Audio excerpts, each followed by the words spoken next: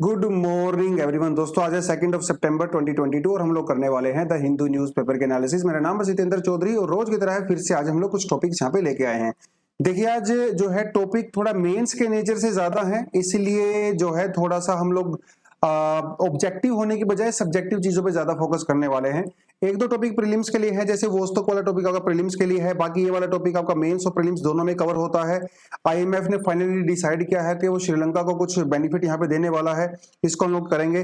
Purchasing manager index ये भी prelims के पर्सपेक्टिव से और रिपीटेड टॉपिक है, तो यहाँ पे आपको मैंने सेल्फ स्टडी के लिए कंटेंट दिया हुआ है। सिंगल यूज प्लास्टिक को काफी अच्छे से डिटेल में करेंगे, क्योंकि मेंस के पर्सपेक्टिव से इवन 2022 के मेंस में भी काफी ज्यादा इंपॉर्टेंट टॉपिक ये हो सकता है।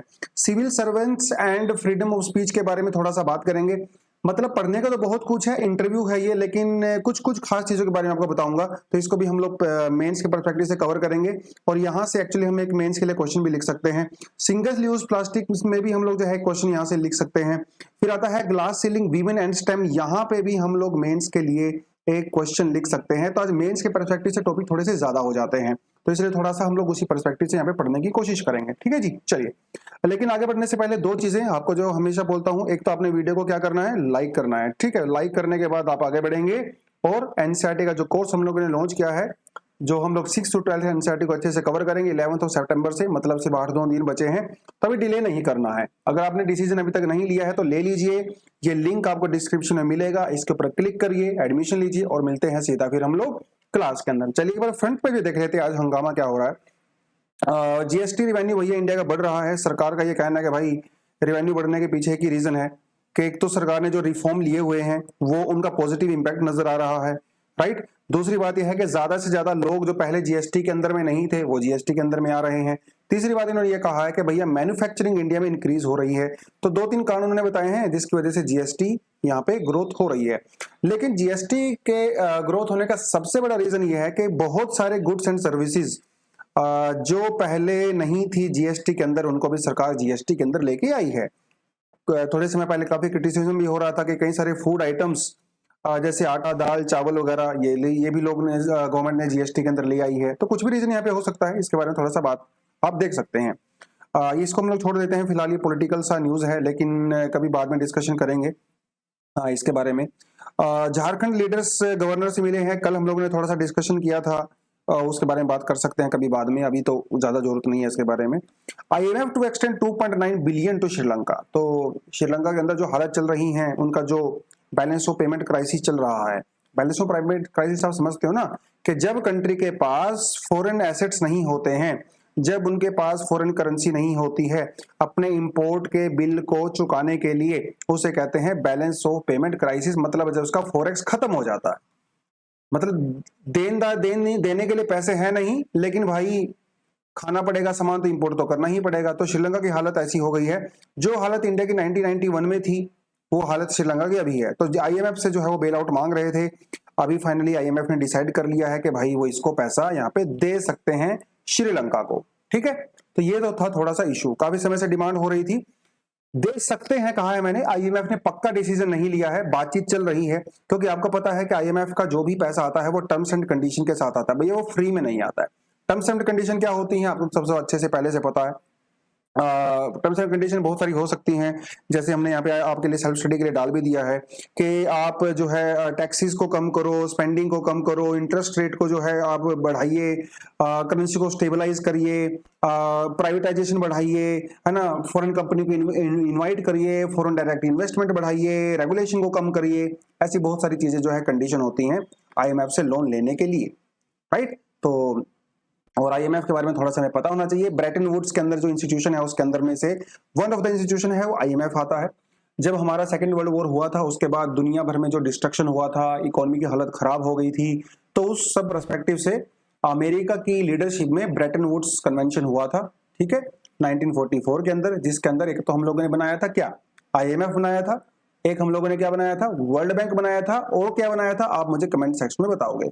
ब्रेटन वुड्स इंपॉर्टेंट है, 44 कंट्रीज ने यहाँ पे पार्टिसिपेट किया था।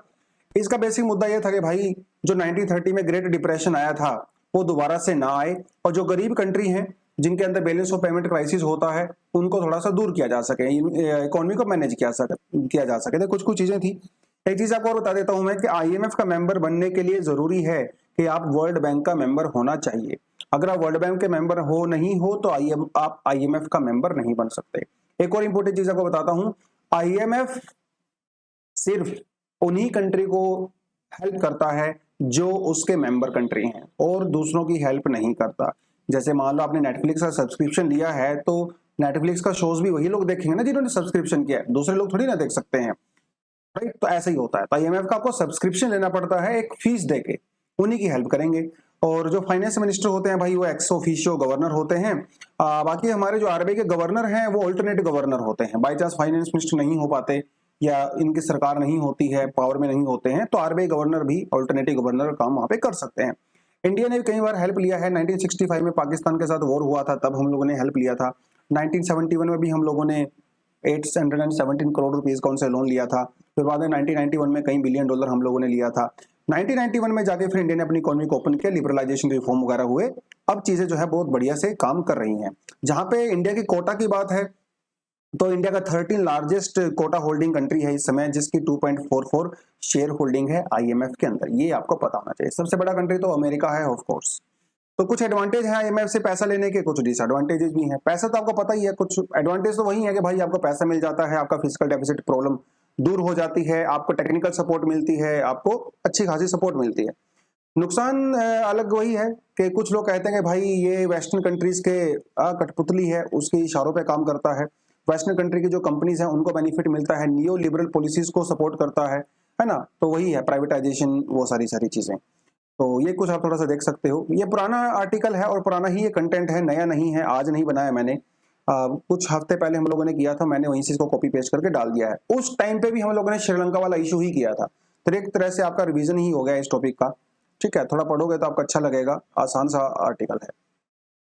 PMI flags fastest manufacturing output growth since November. देखिए ये पीएमआई वाला टॉपिक यहाँ पे भी कवर हुआ है आपका। ये देखिए ये फर्स्ट पेज के ऊपर जो है जीएसटी की बात जब इसने किया था तो यहाँ पे भी कहता है कि भाई हमारा जो मैन्युफैक्चरिंग है बेसिकली वो बढ़ रहा है ना? ये देखा है ना, परचेजिंग मैनेजर्स इंडेक्स। तो इसका मतलब ये होता है कि जब परचेजिंग मैनेजर्स इंडेक्स इंक्रीज होता है तो बेसिकली आप ये कह सकते हो मैन्युफैक्चरिंग इंक्रीज हो रही है। और मैन्युफैक्चरिंग इंक्रीज हो रही है, एक तो इकोनॉमी ओपन अप हो रही है दुनिया भर की, एक्सटर्नल डिमांड क्रिएट हो रही है ना? उस वजह से बाकी मेक इन इंडिया है, ईज ऑफ डूइंग बिजनेस है, बहुत सारी चीजें जो हैं गवर्नमेंट के द्वारा भी इनिशिएटिव लिए जा रहे हैं, तो उसकी वजह से मैन्युफैक्चरिंग धीरे धीरे बढ़ रहा है। लेकिन सबसे बड़ी बात है डिमांड। ठीक है भाई, डिमांड आएगी तभी तो प्रोड्यूस करोगे ना, जब डिमांड ही नहीं है तो प्रोड्यूस करके क्या करोगे? सीधी सी बात है, फालतू में सामान ऐसे ही पड़ा रहेगा। तो डिमांड आती है तभी चीजें प्रोड्यूस होती हैं। ओके चलो, पीएमआई क्या होता है? रिपीटेड सा टॉपिक है, पुराना टॉपिक है, आपको मैंने बताया था कि सर्वे बेस्ड एक ये चीज होती है सर्वे। इसमें लोगों से सवाल पूछे जाते हैं बेसिकली, और लोगों से सवाल पूछे जाते हैं कि भाई आपको क्या लगता है इकोनॉमी आने वाले महीनों में ग्रो करेगी कि नहीं करेगी? तो जो लोग आंसर देते हैं उस आंसर के हिसाब से जो है परसेप्शन बनाया जाता है, क्योंकि अल्टीमेटली क्या है, लोग ही डिसाइड करते हैं ना इकोनॉमी ऊपर जाएगी या नीचे जाएगी। सीधी सी बात है। अगर लोगों को लगता है भाई आने वाला समय बुरा आने वाला है तो लोग सामान खरीदना बंद कर देते हैं, पैसा बचाना शुरू कर देते हैं। अगर लोगों को लगता है कि भाई आने वाला समय अच्छा समय है ना, अच्छे दिन आएंगे, तो लोग भर भर के शॉपिंग करते हैं, मौज मस्तियां करते हैं। शॉपिंग करते हैं तो सामान प्रोड्यूस होता है, मैन्युफैक्चरिंग बढ़ती है ना, ग्रोथ होती है, जीडीपी ग्रोथ होती है। तो लोगों के परसेप्शन के ऊपर बहुत कुछ डिपेंड करता है। उसी परसेप्शन के हिसाब से जो है इस पीएमआई के तहत लोगों से सवाल पूछे जाते हैं। ठीक है, और उसके हिसाब से फिर स्कोर फिक्स किया जाता है। स्कोर अगर 50 से ऊपर होता है तो मतलब इकोनॉमी एक्सपेंड करेगी, स्कोर अगर 50 से नीचे होता है तो मतलब इकोनॉमी जो है वो कॉन्ट्रैक्ट करेगी, और अगर स्कोर 50 रहता है तो मतलब कोई चेंज नहीं है, जैसा हालत है वैसा चलता रहेगा। ये थोड़ा थोड़ा आपको यहाँ पे पता होना चाहिए। ठीक है, हल्का सा टॉपिक है प्रीलिम्स के पर्सपेक्टिव से। Effecting the ban of the single use plastic, ये काफी बड़ा टॉपिक है, ये बहुत पुराना टॉपिक भी है, पिछले काफी समय से न्यूज में है, 2-3 साल से वैसे न्यूज में है, लेकिन फाइनली सरकार ने बैन कर दिया है सिंगल यूज प्लास्टिक को। तो ministry of environment and the forest climate change government of India ने जो है plastic waste management amendment rule 2021 को लागू किया था। कब से? 12 अगस्त 2021 से। फिर अभी जो है 1 जुलाई यानी कि पिछले महीने से ही, जुलाई अगस्त पिछले से पिछले महीने से ही बैन कर दिया है भाई।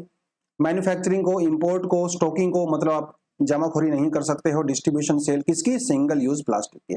तो बेसिकली इसके 24 अंदर आइटम्स हैं जिनको बैन यहाँ पे कर दिया गया है। जो कि सिंगल यूज होते हैं। सिंगल यूज का बेसिक मतलब क्या होता है कि एक बार उसको यूज करो एंड उसको थ्रो कर दो, जैसे आपकी पानी की बोतल होती है, यह सिंगल यूज होता है। इसका बार बार यूज, हालांकि हमारे इंडिया वालों की आदत होती है चीज को, उसकी बेचारे की जान निकाल देते हैं यूज कर करके, लेकिन वो अगर आप इसको बार बार यूज करते हो तो आपकी हेल्थ के लिए नुकसानदायक है ये, ठीक है। तो ये तो कुछ कुछ चीजों को पता होना चाहिए। लेकिन इन्होंने कहा है कि भाई बैन करने की जब हम लोगों ने बात की, देखिए कितनी सारी चीजें बैन किया, candy sticks, ice cream sticks, polystyrene plates, cups, glasses, cutlery, है ना, दुनिया भर के आइटम हम लोगों ने बैन यहाँ पे कर दिया है। क्या इंडिया पहला ऐसा कंट्री है? ऐसा भी नहीं है। इवन बांग्लादेश ऐसा पहला कंट्री बना था 2002 के अंदर जिसने प्लास्टिक बैन उसको बैन किया था, Bangladesh. India is not the first country, okay. New Zealand ने भी जो है 2019 के अंदर बैग्स को बैन किया था, चाइना ने भी 2020 के अंदर बैन किया था। आप ये समझ लीजिए कि इस समय 70 के अराउंड ऐसी कंट्री हैं जिन्होंने कुछ ना कुछ लेवल पे सिंगल यूज प्लास्टिक को बैन किया हुआ है। तो इंडिया तो ऑफ कोर्स नहीं है, लेकिन इंडिया जैसी कंट्री अगर यहाँ पे इतना बड़ा इनिशिएटिव ले रही है तो काफी ज्यादा यहाँ पे मैटर करता है। रूल्स तो काफी पुराने हैं, रूल्स के बारे में आपको मैं पहले कई बार बता चुका हूं। तो जो हम लोगों ने रूल अमेंडमेंट किए हैं 2021 वाले, उसमें इन्होंने तो क्या किया, एक तो हमारे जो प्लास्टिक बैग्स वगैरह हैं, कैरी बैग्स वगैरह, इनकी थिकनेस को इंक्रीज कर दिया है, थिकनेस, ठीक है। पहले वो 50 माइक्रोन हुआ करती थी, फिर उसको बढ़ा के 75 माइक्रोन कर दिया, फिर 120 माइक्रोन कर दिया। अब आप सोच रहे हो कि सर थिकनेस बढ़ाने से क्या होता है? देखिए, थिकनेस बढ़ाने से इसका प्राइस इंक्रीज होता है, और जब प्राइस इंक्रीज होगा तो दुकान वाले नहीं खरीदेंगे, अगर खरीदेंगे तो वो कस्टमर के ऊपर चार्ज करेंगे। सीधी सी बात, अगर 5 रुपए का बैग है भाई, दुकान वाला अपनी जेब से थोड़ी ना देगा, वो तो कस्टमर को बोलेगा भाई 5 रुपए दो इस बैग के, क्योंकि ये तो काफी महंगा है, और कस्टमर 5 रुपए तो देगा नहीं, तो कस्टमर भी डिस्करेज होगा उस प्लास्टिक के बैग को यूज करने के लिए। तो कुछ कुछ इस तरह से स्ट्रेटेजी यहाँ पे इनके द्वारा अपनाई जाती है। उसके अलावा जो मोटे जो थिक जो पॉलीथीन वगैरह होते हैं, प्लास्टिक होते हैं, इसको कलेक्ट करना भी आसान होता है, रिसाइकिल करना भी आसान होता है टेक्निकली। तो कुछ कुछ चीजें हैं।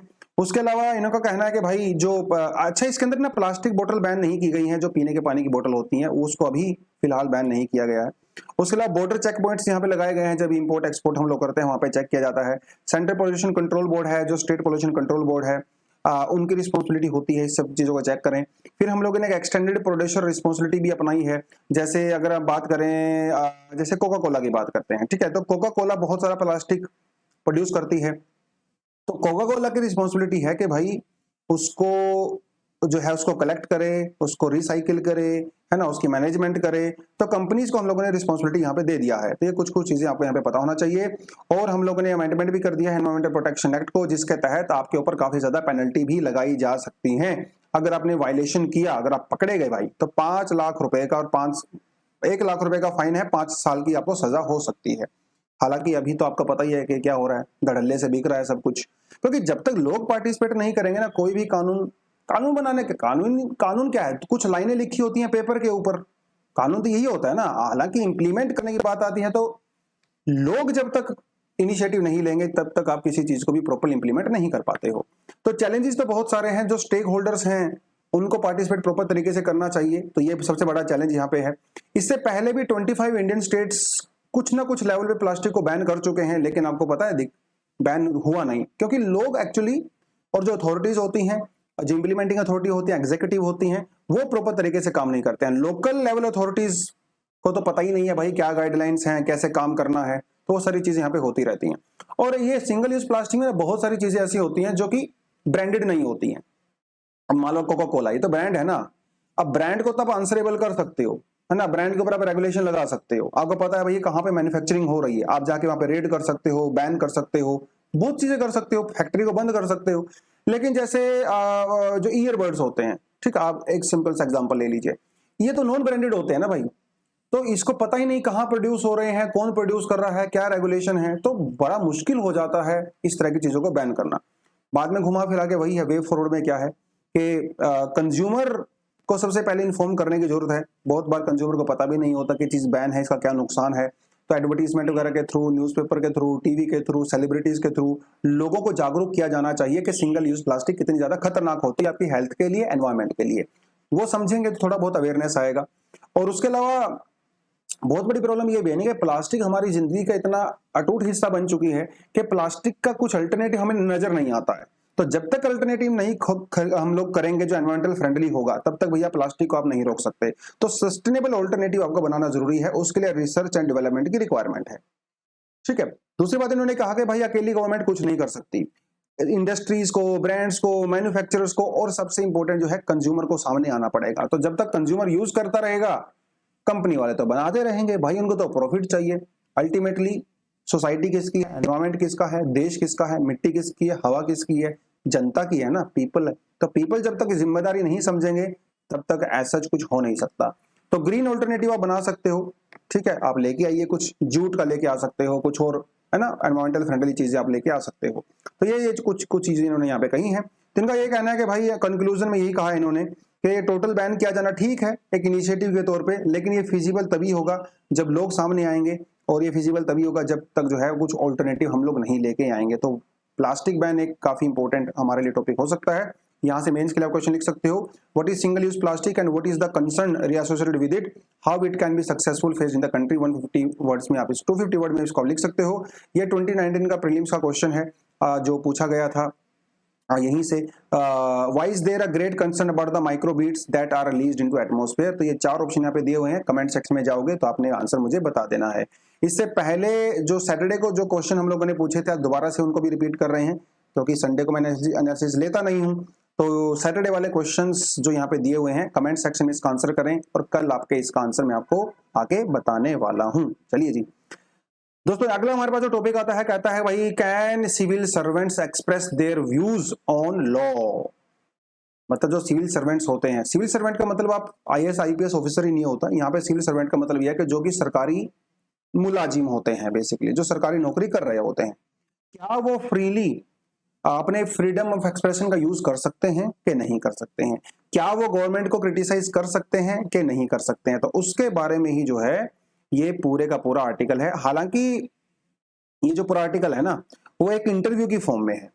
ठीक है, वो इंटरव्यू की फॉर्म में है, और जो यहाँ पे इंटरव्यू लिया गया है वो किसका है, बीएन कृष्णा जी का, और जो कि रिटायर्ड जस्टिस हैं सुप्रीम कोर्ट के, और सुजाता राव, ये रिटायर्ड आईएएस ऑफिसर हैं। तो इनका इंटरव्यू है। बहुत सारी चीजें आपको यहाँ पे पढ़ने की जरूरत नहीं है, आपको लग रहा होगा बहुत बड़ा आर्टिकल है, लेकिन घुमा फिरा के मोर और लेस इन्होंने अपने अपने पॉइंट ऑफ व्यू में एक ही दो ही बातें बोली हैं। तो ये कुछ बातें बोल रहे हैं, मैडम भी कुछ बातें बोल रही हैं, थोड़ा थोड़ा मैं आपको अपने हिसाब से बता देता हूँ, उसके बाद आपको इसको पढ़ने की कोई फालतू की रिक्वायरमेंट नहीं है। मुझे ऐसा लगता है कि अगर आप इसको पढ़ोगे तो 25 मिनट आपका कम से कम इसमें चला जाएगा, और रिपीटेड सी चीजें हैं। तो बेसिकली यहाँ पे कहना 2 पॉइंट ऑफ व्यू है। एक कहता है कि हाँ भाई सिविल सर्वेंट जो है उनकी फ्रीडम ऑफ एक्सप्रेशन जो है वो रिस्ट्रिक्टेड होना चाहिए, एक पॉइंट ऑफ व्यू कहता है।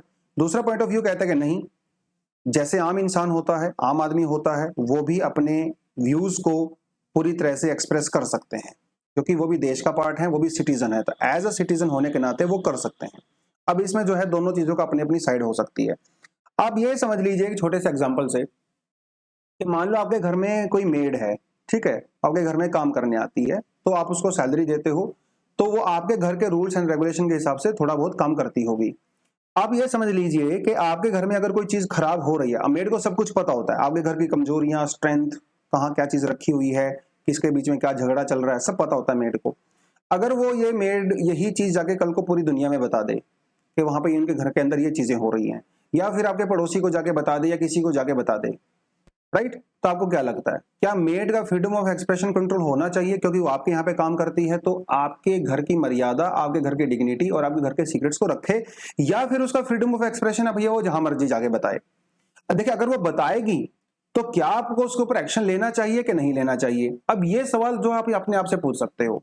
तो यही चीजें जो है सिविल सर्वेंट्स की भी होती हैं, क्योंकि सिविल सर्वेंट का मतलब क्या होता है, सर्वेंट मतलब नौकर ना, सरकार के नौकर, लोगों के नौकर, पीपल के नौकर।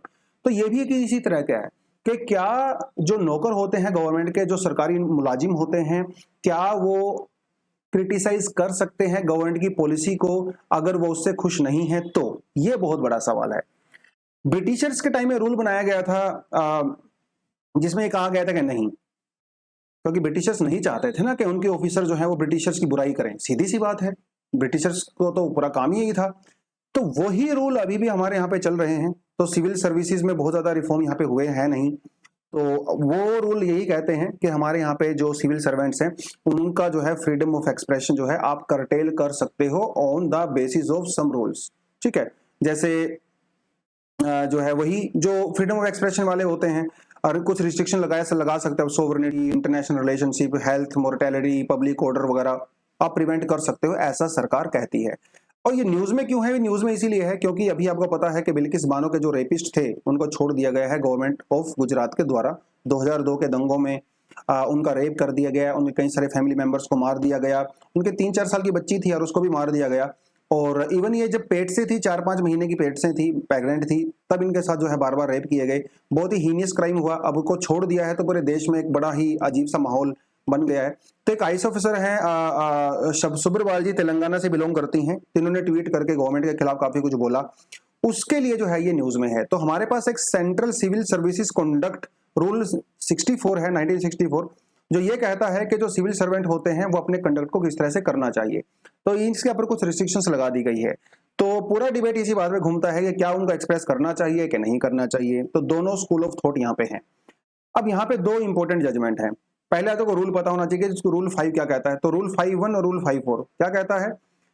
पहली बात तो ये कहता है भाई जो गवर्नमेंट सर्वेंट होते हैं, ठीक है, वो किसी पॉलिटिकल पार्टी को ज्वाइन नहीं कर सकते या किसी ऐसी ऑर्गेनाइजेशन का पार्टिसिपेशन नहीं कर सकते जो कि पॉलिटिक्स के अंदर इन्वॉल्व होती है, पॉलिटिकल मूवमेंट वगैरह में, मतलब रैली वगैरह में नहीं जा सकते, रैली अटेंड नहीं कर सकते एंड ऑल दैट। पहला तो रूल ये कहता है। दूसरा रूल भी यही कहता है कि आप इलेक्शन के समय कैनवसिंग नहीं कर सकते, आप किसी के लिए प्रचार प्रसार नहीं कर सकते हो, ये चीजें कहता है। और भी कई सारे रूल हैं जो कि सोवरेनिटी, नेशनल इंटरेस्ट, उस सब चीजों पे कर्टेलमेंट किया जा सकता है। जैसे आर्मी ऑफिसर होते हैं, उनका भी जो आर्टिकल 19 है हमारा, वो पूरी तरह से एंजॉय नहीं कर सकते जैसे हम लोग कर सकते हैं। तो कुछ रूल्स एंड रेगुलेशन उसके लिए होते हैं। लेकिन घूमते फिरते जो है ये मामला त्रिपुरा हाई कोर्ट के अंदर चला गया और बहुत ही जबरदस्त यहाँ पे एक 2017-18 का मामला है ये, और जबरदस्त यहाँ पे एक डिसीजन लिया गया। तो मामला ये था कि वहां पे जो है पेटिशनर थी लिपिका पॉल जी, और इनकी रिटायरमेंट होने वाली थी भाई। इनकी रिटायरमेंट से 4 दिन पहले इन्होंने जो है कुछ ट्वीट वगैरह कर दिए थे, फेसबुक वगैरह पे कुछ पॉलिटिकल पोस्ट वगैरह लिख दी थी जिसमें सरकार की इन्होंने काफी क्रिटिसिज्म किया था।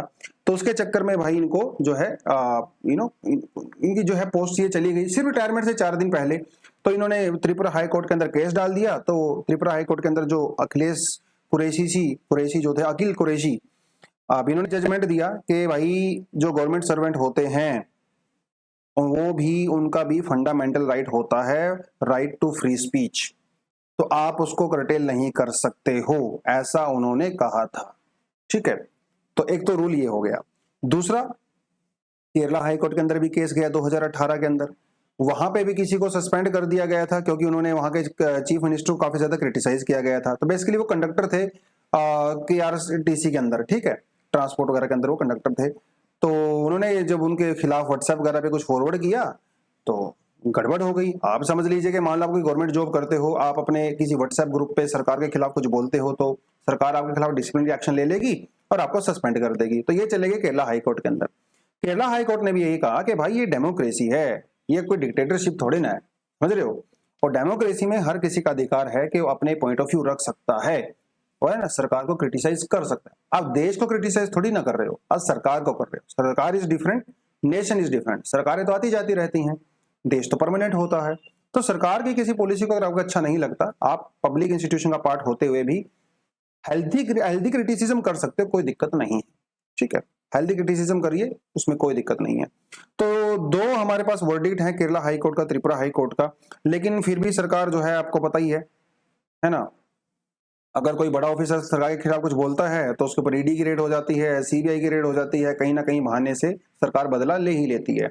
तो कुछ लोग हैं जो जाबाज टाइप के होते हैं भैया, वो मानते नहीं हैं, उनका जहां पे लगता है इनजस्टिस हो रहा है तो अपनी आवाज उठा देते हैं। ठीक है, तो ये थोड़ा थोड़ा आर्टिकल आपको यहाँ पे पता होना चाहिए। अब आप कौन से स्कूल से बिलोंग करते हो, आप मुझे कमेंट सेक्शन में बताओगे। आपका ओपिनियन भी काफी इंपॉर्टेंट है। हो सकता है कई बार इंटरव्यू वगैरह में इस तरह के सवाल पूछ लेते हैं, जब आप फाइनल इंटरव्यू में जाओगे तो आप अपना ओपिनियन जरूर बताइए। आपको लगता है कि रिस्ट्रिक्शन होनी चाहिए, क्या पूरी तरह से फ्री छोड़ देना चाहिए, या फिर लिमिटेड रिस्ट्रिक्शंस हो सकती हैं? आप थोड़ा सा कमेंट सेक्शन में मुझे जरूर बताएं। मैं सबके कमेंट पढ़ता हूं, रिप्लाई नहीं कर पाता बहुत बार, लेकिन कमेंट जरूर करता हूं, पढ़ता हूं। तो एक और छोटा सा आज एक और हम लोग एडिटोरियल करेंगे, academia research and the glass ceiling of India. तो यहाँ पे तो आपको मैं 2 कहानियां बताऊंगा और उस कहानी के अलावा बताऊंगा ग्लास सीलिंग का मतलब क्या होता है। देखिए, सीलिंग का मतलब होता है छत, है ना। तो आप एक कमरे के अंदर हो, आपके सर के ऊपर छत है, मतलब एक बैरियर है, ये एक बैरियर है, समझ रहे हो। आप ऊपर जाओगे तो आपका सर फूटेगा, उससे ऊपर नहीं जा सकते। लेकिन ये ग्लास सीलिंग क्या है? ग्लास सीलिंग, देखिए सीलिंग मतलब बैरियर और ग्लास मतलब ट्रांसपेरेंट, मतलब एक बैरियर होता है लेकिन वो दिखाई नहीं देता है, ठीक है। ऐसा सामने से देखने में लगता है कोई बैरियर नहीं, आप कुछ भी कर सकते हो, ग्रोथ कर सकते हो, लेकिन एक लेवल से जाके आप आगे नहीं बढ़ सकते। इसे कहते हैं ग्लास सीलिंग। एक ऐसी सीलिंग, एक ऐसा बैरियर जो ट्रांसपेरेंट होता है। यूजुअली इसको जो है वीमेन के केस में किया जाता है यूज। तो जो वीमेन लेबर फोर्स का पार्ट होती हैं, जो वीमेन जॉब्स करना चाहती हैं, चाहे वो प्राइवेट कंपनी हो चाहे सरकारी कंपनी हो, ऐसा माना जाता है कि वीमेन एंट्री तो कर सकती हैं, कोई दिक्कत नहीं है, लेकिन एंट्री करने के बाद जब आगे प्रमोशन होती है, हायर लेवल पे जाना होता है, तो उनके लिए ग्लास सीलिंग हो जाती है। वो एक लेवल से ज्यादा आगे नहीं बढ़ सकती है, इसे कहते हैं ग्लास सीलिंग। अब यहाँ पे 2 कहानी बताऊंगा आपको मैं। पहली कहानी आपको यहाँ पे बताऊंगा मैं कमला जी की। कमला सोहनी, आपको पता होना चाहिए कि इंडिया की पहली पीएचडी है भाई, ये इंडिया की पहली पीएचडी हैं और मध्य प्रदेश से बिलोंग करती थी। और इनके फादर और इनके चाचा जी जो हैं वो भी बहुत बड़े केमिस्ट थे। इन्होंने पहले ग्रेजुएशन किया, ग्रेजुएशन करने के बाद जब ये अपनी रिसर्च करने के लिए कहाँ गई, ये सीवी रमन जी के पास गई। और सीवी रमन जी जो है वो फाउंडर थे आईआईएससी के, इंडियन इंस्टीट्यूट ऑफ साइंस के, बेंगलोर के। तो जब ये यहाँ पे गई तो सीवी रमन जी जो कि नोबल लॉरिएट हैं, इन्होंने इनको एडमिशन देने से मना कर दिया। इन्होंने कहा कि भाई मैं तुम्हें एडमिशन नहीं दूंगा क्योंकि वुमन हो, आप एक औरत हो। सोच के देखिए 1930s का समय है, उस समय औरतों के बारे में क्या विचार हुआ करते थे। तो सीवी रमन जी चाहे अपने आप में जितने बड़ी आदमी हो भाई, लेकिन औरतों के लिए उनका यही सोच था। उनका कहना था कि तुम औरत हो तो मैं तुम्हें एडमिशन नहीं दूंगा। फिर ये चली गई सत्याग्रह पे, इन्होंने रेबल कर दिया कि नहीं मुझे तो एडमिशन चाहिए, आप ऐसा कैसे कह सकते हो भाई मैं औरत हूं मैं एडमिशन नहीं दूंगा। तो फिर जो है सीवी रमन जी ने इनको कुछ टर्म्स एंड कंडीशंस पे इनको एडमिशन दिया। तो ये कहा कि भाई 1 साल तक तो मैं आपकी थीसिस को एक्सेप्ट करूंगा नहीं। दूसरी बात, आप मुझे गारंटी दो, लिख के दो, रिटर्न में दो कि आप मेरी क्लास के जो मर्द हैं, जो वहां पे मेल स्टूडेंट हैं, वो डिस्टर्ब नहीं होंगे। भाई इनको ये गारंटी कैसे दे सकती हैं? अगर किसी फीमेल की एंट्री से मेल अगर डिस्टर्ब हो रहा है तो उसमें फीमेल की गलती थोड़ी ना है, वो तो मेल की गलती है। खैर, फिर जो है थोड़े प्रोटेस्ट वगैरह हुए, वो सारी चीजें हुई। तो फिर बाद में आईआईएससी ने पूरा ओपन ही कर दिया था वीमेन के लिए, तब जाके इनको एडमिशन मिला। इवन इन्होंने लिखा भी है कि though C V Raman ji was a great scientist, he was very narrow minded. इनकी खुद ने अपनी किताब में लिखा है, I can never forget the way he treated me just because I was a women. Even then Raman did not admit me as a regular student. This was a great insult to me. The bias against women was so bad at that time. What can one expect if even a Nobel laureate behaves? सोच के देखिए, जब Nobel laureate ऐसा behave कर रहे हैं तो आम आदमी औरतों के बारे में क्या ही सोचते होंगे, आप बस अंदाजा ही लगा सकते हो। दूसरा केस आता है, वो आता है बीभा जी का। बीभा जी चौधरी जी बंगाल से बिलोंग करती हैं, ये भी इंडिया की बहुत बड़ी साइंटिस्ट बनी। इनके साथ भी ऐसा ही हुआ, जब इन्होंने कलकत्ता यूनिवर्सिटी में एडमिशन लेना चाहा रिसर्च के पर्पज के लिए, तो वहां पे जो बीएन बोस थे, जो डायरेक्टर थे, उन्होंने भी इनको एडमिशन देने से मना कर दिया। फिर बाद में सारी चीजें हुई और फिर बाद में यूएसए चली गई, वहां पे पढ़ाया इन्होंने, फिर वो वापस बाद में कलकत्ता आई। तो ये क्या है? ये दिखाता है कि वीमेन को कितनी दिक्कत होती है, खासकर रिसर्च में, है ना। रिसर्च वाले में अगर आपको बढ़ना है तो बहुत दिक्कत होती है।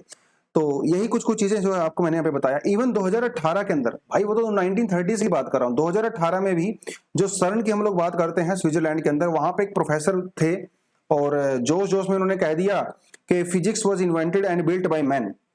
तो यहाँ पे औरतों का कोई काम नहीं है। हालांकि बाद में इनको सस्पेंड कर दिया गया। और जिस दिन उन्होंने ये बयान दिया उससे अगले ही दिन जो है डोनाल्ड स्टिकलैंड जी को नोबेल प्राइज मिल गया फिजिक्स के अंदर। तो सोच के देखिए, एक दिन पहले ये कह रहे हैं कि फिजिक्स जो है वो औरतों का काम नहीं है, अगले दिन ही एक औरत को फिजिक्स में नोबेल प्राइज मिल गया साइंस के अंदर। इससे पहले 1903 में मैरी क्यूरी को मिला था और 1963 में जो है वो मारिया गोपर्ट को मिला था। तो ये थोड़ा सा आपको यहाँ पे देखना है। तो चीज इनका कहना है कि भाई कुछ कुछ चीजें चेंज हो रही हैं, ऐसी बात नहीं है। पिछले 100 सालों में कुछ चीजें चेंज हुई हैं, सरकार ने भी कुछ इनिशिएटिव लिए हैं। जैसे सरकार ने कुछ इनिशिएटिव की बात करें तो Gati, gender advancement the transformation institute हमारे पास है, knowledge investment and the research advance through Kiran. Kiran और गति, ये 2 प्रोग्राम सरकार ने भी चलाए हैं। जो कि वीमेन को प्रमोट करता है टेक्नोलॉजी के अंदर, रिसर्च के अंदर, है ना, साइंटिस्ट वगैरह बनने के लिए। तो अच्छी चीज़ है।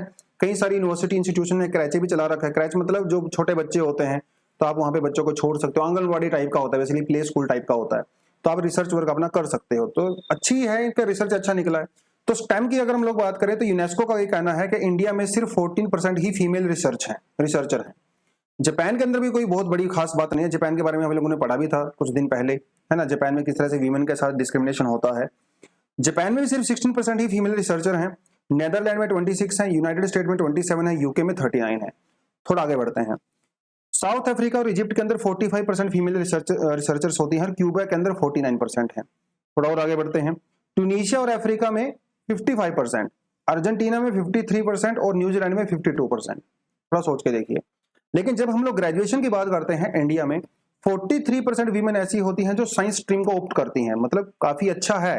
तो ग्रेजुएशन के लेवल तक तो ठीक है ना, 43% is not a bad percentage. लेकिन जैसे ही आप ग्रेजुएशन से आगे बढ़ते हो और जैसे आप रिसर्च की बात करते हो, तो वो परसेंटेज घट के जो है सिर्फ 14% रह जाता है। तो ड्रॉप आउट बहुत ज्यादा है हमारे यहाँ पे फीमेल रिसर्चर का। समझ रहे हो ना बात। एक तो इन्होंने ये चीज बोली है। दूसरी बात इन्होंने ये कहा कि सिर्फ स्टूडेंट ही नहीं, फैकल्टी भी नहीं है हमारे यहाँ पे। बड़े बड़े इंस्टीट्यूशन है, आईआईटी बॉम्बे, आईआईटी मद्रास, यहाँ पे फीमेल प्रोफेसर ही नहीं है भाई। किसी में 5%, किसी में 10%। तो ये दिक्कत यहाँ पे हमारी यहाँ पे बहुत ज्यादा है। लेकिन कॉर्पोरेट वर्ल्ड में यानी कि प्राइवेट सेक्टर में थोड़ा हालत ठीक है कंपैरेटिवली। सीनियर मैनेजमेंट पोजीशन की अगर बात करें तो इस समय जो है 39% वीमेन जो है वो सीनियर पोजीशन पे है, जो कि नेशनल ग्लोबल एवरेज से भी अच्छा है। तो इंडिया में इंप्रूवमेंट हो रही है प्राइवेट सेक्टर में। वीमेन सीईओज भी काफी ज्यादा यहाँ पे देखी जाती हैं।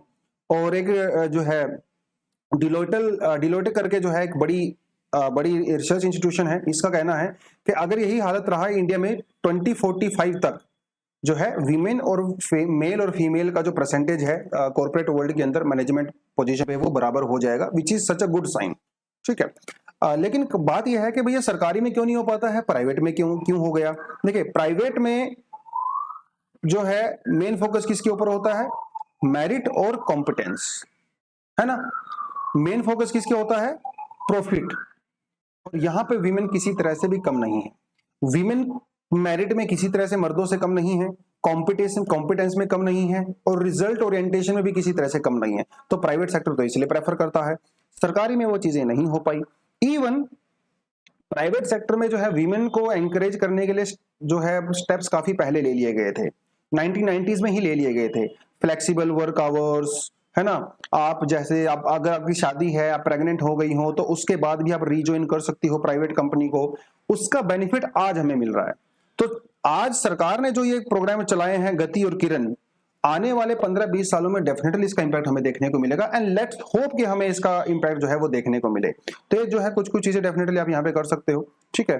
तो अगर आपको आंसर लिखना है यहाँ पे, क्वेश्चन भी आप अपने आप से भी बना सकते हो। आप लिख सकते हो कि what is glass ceiling, what is glass ceiling and how does it impact women in participating in research field। ठीक है, डिस्कस विद एग्जांपल्स।